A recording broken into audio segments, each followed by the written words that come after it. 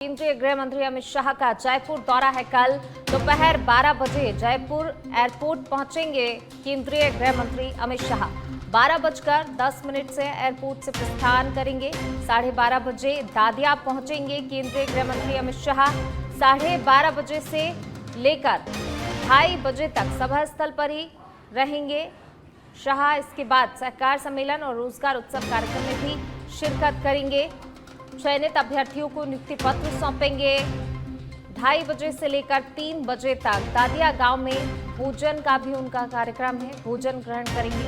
3:05 पर दादिया से प्रस्थान करेंगे। इसके बाद 3:25 पर जयपुर एयरपोर्ट पहुंचेंगे। 3:30 पर एयरपोर्ट से रवाना होंगे।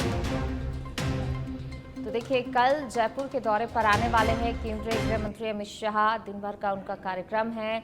जयपुर में अलग अलग कार्यक्रम हैं जिनमें वो शिरकत करेंगे और इसके बाद दिल्ली के लिए रवाना हो जाएंगे। सहकार सम्मेलन और रोजगार उत्सव कार्यक्रम में शामिल होंगे केंद्रीय गृह मंत्री अमित शाह। चयनित अभ्यर्थियों को नियुक्ति पत्र भी सौंपेंगे। इसके बाद भोजन का भी उनका कार्यक्रम है। तो कई कार्यक्रम यहाँ पर। और ज़्यादा बातचीत के लिए हमारे पॉलिटिकल एडिटर लाल सिंह फौजदार जी हमारे साथ जुड़ रहे हैं। लाल सिंह जी, कल केंद्रीय गृह मंत्री अमित शाह का जयपुर का दौरा रहने वाला है। क्या कुछ पूरा कार्यक्रम रहेगा केंद्रीय गृह मंत्री का और इसके लिए क्या खास तैयारियां की जा रही हैं? देखिए पूनम, केंद्रीय गृह और सहकारिता मंत्री अमित शाह कल जयपुर दौरे पर रहेंगे और करीब 3 घंटे इस दौरान जयपुर में रहेंगे। उसके 2 कार्यक्रम अहम हैं।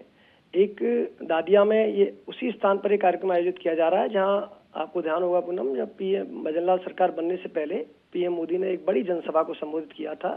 उसी स्थान पर ये बड़ा कार्यक्रम आयोजित किया जा रहा है जिसमें मकसद रहेगा जो सहकारिता वर्ष घोषित किया गया है 2025 को संयुक्त राष्ट्र महासभा की ओर से।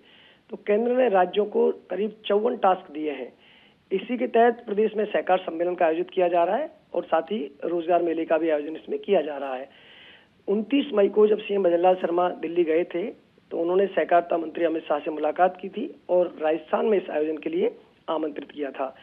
इसी के तहत प्रदेश में तमाम जो केंद्र सरकार की ओर से सहकारिता विभाग को लेकर तमाम जनहित की योजना चल रही है उनका उद्बोधन रहेगा, उल्लेख रहेगा। प्रदेश में पैक्स के कंप्यूटराइजेशन, मारो खातों मारो बैंक, गोपाल क्रेडिट कार्ड योजना, सहकार से समृद्धि अभियान, तमाम जो अभियान सहकारिता से जुड़े हुए हैं उनके विषय में जानकारी देंगे। और जैसा कि पूनम आपने बताया, जो मिनट टू मिनट कार्यक्रम रहेगा, करीब 10:55 बजे दिल्ली से रवाना होंगे। 11:15 बजे वो पालम हवाई अड्डे पहुंचेंगे। 12 बजे जयपुर हवाई अड्डे पहुंच जाएंगे। 12:20 से दादिया हेलीपैड पहुंचेंगे और यहाँ पर करीब 14:25 यानी 2:30 बजे तक इस कार्यक्रम में रहेंगे। इसके बाद दादिया गांव में दोपहर का भोजन करने का कार्यक्रम है। 3:20 बजे वो जयपुर एयरपोर्ट से दिल्ली के लिए रवाना हो जाएंगे। जी, शुक्रिया आपका इस तमाम जानकारी को साझा करने के लिए। तो देखिए, पूरा ये कार्यक्रम कल का रहने वाला है। महत्वपूर्ण दौरा केंद्रीय गृह मंत्री अमित शाह का जयपुर का रहेगा और इसके बाद वो दिल्ली के लिए भी प्रस्थान करेंगे। इन तमाम कार्यक्रमों में शिरकत करने के बाद सहकार सम्मेलन और रोजगार उत्सव कार्यक्रम में शिरकत करेंगे केंद्रीय गृह मंत्री अमित शाह। चलिए बढ़ेंगे आगे। बात अगली खबर की। लोकसभा अध्यक्ष ओम बिरला 2 दिवसीय कोटा दौरे पर। बिरला आज करेंगे रानपुर सहित कई इलाकों का दौरा। तो देखिए, कोटा दौरे पर रहने वाले हैं। पिछले दिनों हुई बारिश से इन इलाकों में हालात बिगड़ गए थे, जिसको लेकर एक तरीके से कह सकते हैं जायजा लिया जाएगा इन तमाम इलाकों का। चंबल नदी में जो बहे लोगों के घर भी जाएंगे स्पीकर ओम बिरला। अतिवृष्टि वाले इलाकों का दौरा कर अधिकारियों से भी चर्चा करेंगे। देखिए, कोटा के दौरे पर रहने वाले हैं लोकसभा स्पीकर ओम बिरला और जो खासकर उन इलाकों का दौरा किया जाएगा जिन इलाकों में तबाही हुई है या जिन लोगों में जनधन की हानि हुई है और अधिकारियों से भी यहां पर चर्चा करेंगे लोकसभा अध्यक्ष ओम बिरला। 2 दिवसीय कोटा का दौरा है और रानपुर सहित कई इलाके ऐसे हैं जिनका दौरा करेंगे, स्थिति का जायजा लेंगे, अधिकारियों से बातचीत भी करेंगे और आगे के लिए किस तरीके से जो है जो आपदा प्रबंधन को लेकर काम करना है यहाँ पर बातचीत होगी। क्योंकि लगातार इस तरीके के हालात जो हैं कई इलाकों में देखने को मिल रहे हैं। लोगों का जनजीवन अस्त व्यस्त पूरी तरीके से हो चुका है भारी बारिश के चलते और लगातार अभी भी कई इलाके ऐसे हैं जहां पर स्थितियां काफ़ी ज़्यादा बिगड़ी हुई हैं। आगे की स्थितियां इस प्रकार की ना बने और क्या कुछ कार्य वहां पर किए जा रहे हैं, इन तमाम बातों को लेकर अधिकारियों के साथ चर्चा करेंगे। चलिए बढ़ेंगे आगे। उप मुख्यमंत्री दिया कुमारी का कार्यक्रम आज अजमेर दौरे पर है। अजमेर दौरे पर रहेंगी दिया कुमारी और देखिए पूरा ये कार्यक्रम है उप मुख्यमंत्री दिया कुमारी का। छात्रावास अजमेर में महिला कल्याण मंडल गोल्डन जुबली समारोह में शिरकत करने वाली हैं। दोपहर 12:30 बजे अजमेर कलेक्ट्रेट में बैठक लेंगी। अजमेर और ब्यावर जिले के अधिकारियों के साथ आपदा प्रबंधन, अतिवृष्टि, जल निकासी, रोड एवं बजट घोषणाओं पर चर्चा करेंगी। देखिए काफी महत्वपूर्ण दौरा उप मुख्यमंत्री का ये भी, क्योंकि लगातार जिस तरीके के हालात कई इलाकों में हैं उसको लेकर यहाँ पर अधिकारियों से चर्चा करेंगी, दिशा निर्देश देंगी, उन इलाकों का जो है जायजा भी लेंगी। उप मुख्यमंत्री दिया कुमारी का ये पूरा आज का कार्यक्रम रहने वाला है जब वो अजमेर के दौरे पर रहेंगी। उप मुख्यमंत्री दिया कुमारी खासतौर से छात्रावास अजमेर में महिला कल्याण मंडल गोल्डन जुबली समारोह में भी शिरकत करेंगी। इसके बाद 12:30 बजे कलेक्ट्रेट में बैठक लेंगी। अजमेर और ब्यावर जिले के अधिकारियों के साथ आपदा प्रबंधन, अतिवृष्टि, जल निकासी, रोड और बजट घोषणाओं पर चर्चा करेंगी। चलिए बढ़ेंगे आगे। बात अगली खबर की। खबर जयपुर से। विधायक मुकेश भाकर और मनीष यादव को जयपुर की अदालत से बड़ी राहत मिल गई है। आरयू के बाहर हुए धरना प्रदर्शन के मामले में निचली अदालत से मिली सजा को अपील कोर्ट ने स्थगित कर दिया है। 13 अगस्त 2014 के मामले में दोनों ही विधायकों के साथ 7 अन्य को 1-1 साल की सजा सुनाई गई थी। तो एक तरीके से कह सकते हैं ये बड़ी राहत है दोनों के लिए। विधायक मुकेश भाकर और मनीष यादव को जयपुर की अदालत से बड़ी राहत मिली है। आरयू के बाहर हुए धरना प्रदर्शन के मामले में निचली अदालत से मिली सजा को अपीली कोर्ट ने स्थगित किया है। 13 अगस्त 2014 के मामले में दोनों विधायकों के साथ 7 अन्य को भी 1-1 साल की सजा सुनाई गई थी। लेकिन फिलहाल जो है विधायक मुकेश भाकर, मनीष यादव को जयपुर की कोर्ट से राहत मिली है। इसे बड़ी राहत के तौर पर देखा जा रहा है।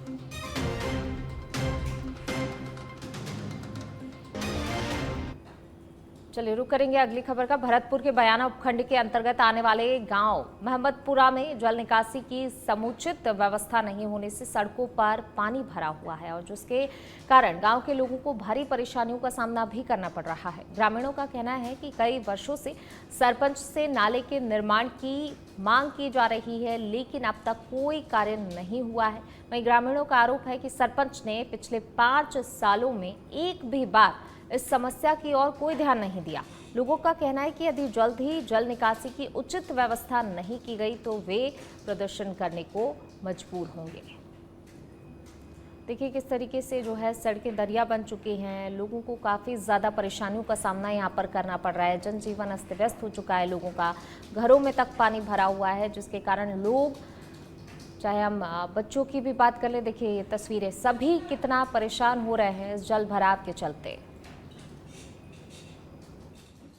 इसमें सर हमारे यहाँ पर बरसात होती है तो पानी निकासी के लिए रास्ता नहीं है। एक दोनों तरफ जिस रास्ते में होकर पानी निकलता था उस रास्ते को बंद कर दिया है और जो भी सरपंच आता है वो ना सफाई कराता गांव की, कीचड़ ऐसे कैसे रहा है।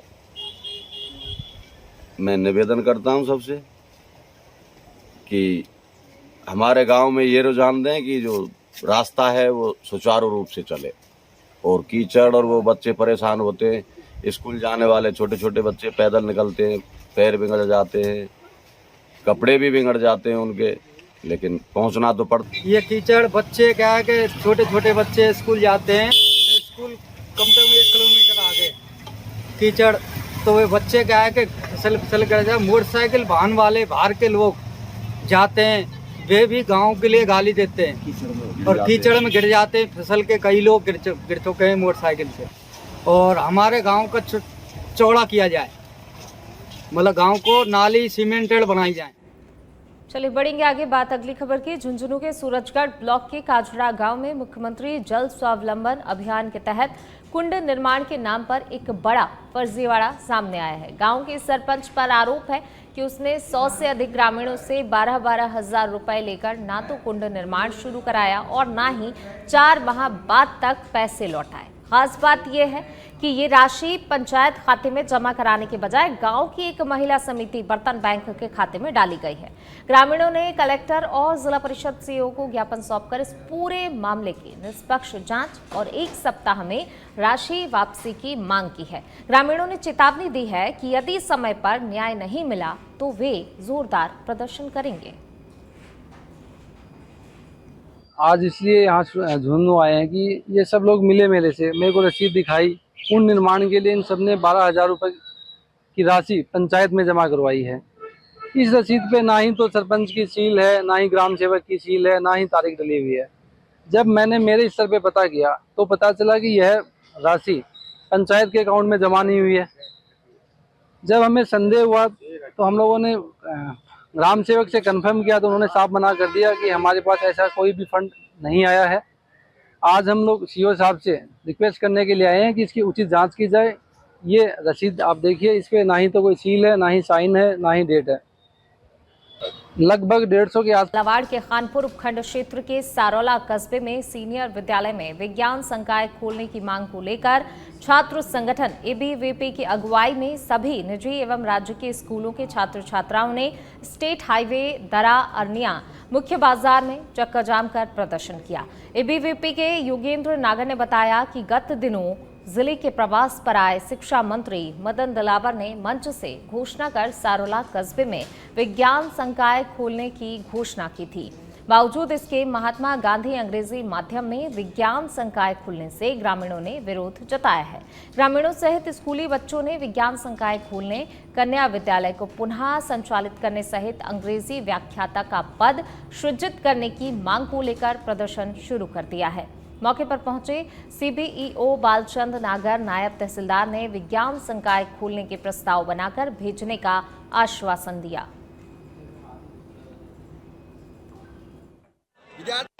विद्यार्थी हित की मांग को लेकर आज हमने प्रदर्शन किया है। विद्यार्थी पिछले 5-7 वर्षों से यहाँ पर विज्ञान संकाय शुरू हो, इसको लेकर मांग करती रही है। माननीय शिक्षा मंत्री जी ने झालावाड़ जिले में एक कार्यक्रम के दौरान मंच से स्वयं ने घोषणा की थी कि इस सत्र में विज्ञान संकाय शुरू कर दी जाएगी, लेकिन जो मूल विद्यालय राजकीय माध्यमिक विद्यालय वहाँ पर खोल नहीं थी, लेकिन उसके अतिरिक्त अन्य विद्यालय जो महात्मा गांधी है जहाँ पर विद्यार्थी अध्ययन रति नहीं है वहाँ पर खोली गई है। ये गलत है।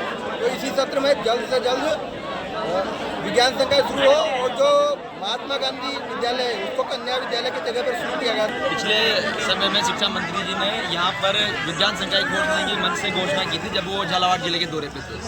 उसके बाद में यहाँ पर विज्ञान संकाय को जो यहाँ का राजकीय उच्च माध्यमिक विद्यालय उसमें ना खोलकर महात्मा गांधी विद्यालय में खोला है।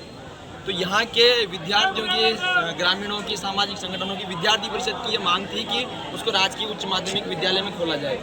और इसके अलावा जो यहाँ का कन्या विद्यालय था उसे महात्मा गांधी में जो कन्वर्ट किया गया था कांग्रेस की गवर्नमेंट में, वो भी पुणे से गर्ल्स स्कूल में उसको कन्वर्ट किया जाए। ये यहाँ के विद्यार्थियों की और सबकी लंबे समय से मांग थी। इस मांग को चित्तौड़गढ़ के कपासन में कृषि पर्यवेक्षकों ने वेतनमान और सुविधाओं को लेकर सरकार के सामने 11 सूत्रीय मांग पत्र सौंपा। इन मांगों में वेतनमान संशोधन से लेकर भत्तों में बढ़ोतरी और नए पद सृजन तक कई अहम मुद्दे शामिल हैं, जिसमें 7वें वेतन आयोग के तहत पे ग्रेड का एकीकरण, 1,000 रुपया प्रति माह मोबाइल रिचार्ज भत्ता, 2500 रुपये प्रति माह अतिरिक्त यात्रा भत्ता देने समेत किसान सेवा केंद्रों का शीघ्र निर्माण करवाने की मांग भी शामिल है।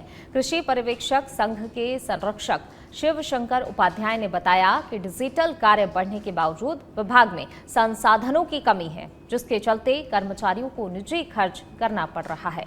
कर्मचारी नेताओं ने चेतावनी दी है कि अगर इन मांगों पर शीघ्र ही निर्णय नहीं हुआ तो वे आंदोलन का रास्ता भी अपना सकते हैं। राशि 1,000 प्रति माह रिचार्ज भत्ता दिया जाए। पूर्व की भांति सीयूजी सिम नए नेट रिचार्ज दिया जाए। कृषि पर्यवेक्षक की राशि 3,750 बहुआयामी भत्ता प्रति माह दिया जाए। अतिरिक्त चार्ज भत्ता राशि 2,500 प्रति माह दिया जाए। जहां किसान सेवा केंद्र नहीं बने हुए वहां किसान सेवा केंद्रों का शीघ्र निर्माण कराया जाए। जब तक किसान सेवा केंद्र नहीं बने तब तक राशि 1,500 रुपये प्रति माह किसान सेवा केंद्र का किराया दिया जाए। साथ ही किसान सेवा केंद्रों की साफ सफाई में पानी व्यवस्था हेतु 1000 रुपया प्रति माह दिया जाए। चलिए बढ़ेंगे आगे। भरतपुर के बयाना में जारी लगातार बारिश से पाचना बांध का पानी की आवक लगातार बढ़ गई है। अब भी वहीं पर गंभीर नदी ब्रह्मवाद पुल तक पहुंच गई है। जल स्तर बढ़ने से निचले इलाकों में बाढ़ का खतरा भी अब मंडराने लगा है। तो वहीं दूसरी ओर लोगों की जिज्ञासा भी प्रशासन के लिए सिरदर्द बनती जा रही है। ब्रह्मवाद पुल पर पानी का बहाव देखा गया है, जिसके बाद क्षेत्रवासियों की भीड़ वहां पर उमड़ पड़ी। लोग न सिर्फ पुल पर जमा हो गए, बल्कि कुछ लोग जोखिम उठाकर नदी के करीब भी पहुंच गए।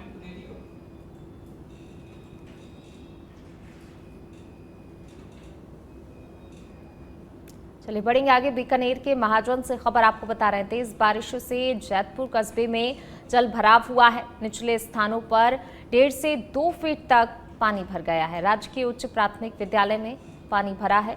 ग्राउंड सहित कमरे भी जलमग्न हो गए हैं। विद्यालय की 4 दीवार गिरी है। चलिए बढ़ेंगे आगे। बात अगली खबर की। अलवर में शेयर मार्केटिंग और ट्रेडिंग का काम करने वाले युवक का किडनैप कर पीटने का मामला सामने आया है। जब युवक को बदमाश अपनी गाड़ी में डालकर ले गए, उसके बाद 3.5 लाख रुपए की फिरौती लेने के लिए मारपीट कर वीडियो भी बनाया। परिजनों ने भाई को बचाने के लिए बदमाशों के बताए नंबर पर 50,000 रुपए ट्रांसफर भी कर दिए थे। पुलिस ने लोकेशन ट्रेस कर बदमाशों को पकड़ा और युवक को उनके चंगुल से छुड़वाया। बदमाश व्हाट्सएप कॉलिंग कर युवक हंसराज के पिता और भाई को फोन कर पुलिस के पास नहीं जाने की धमकी दे रहे थे। वे 3.5 लाख रुपए की फिरौती की मांग कर रहे थे। पीड़ित परिजन बदमाश को करीब 50,000 रुपए ट्रांसफर करवा चुके थे। एएसपी तेजपाल सिंह ने कहा कि बदमाशों के पुख्ता सबूत हाथ लगे हैं। कुछ संदिग्ध बदमाशों को चिन्हित किया गया है। बदमाशों की धरपकड़ के लिए अलग अलग टीम भी बनाई गई है। इसके बाद बूंदी टोल से 4 बदमाशों को पकड़कर युवक को छुड़वाया गया।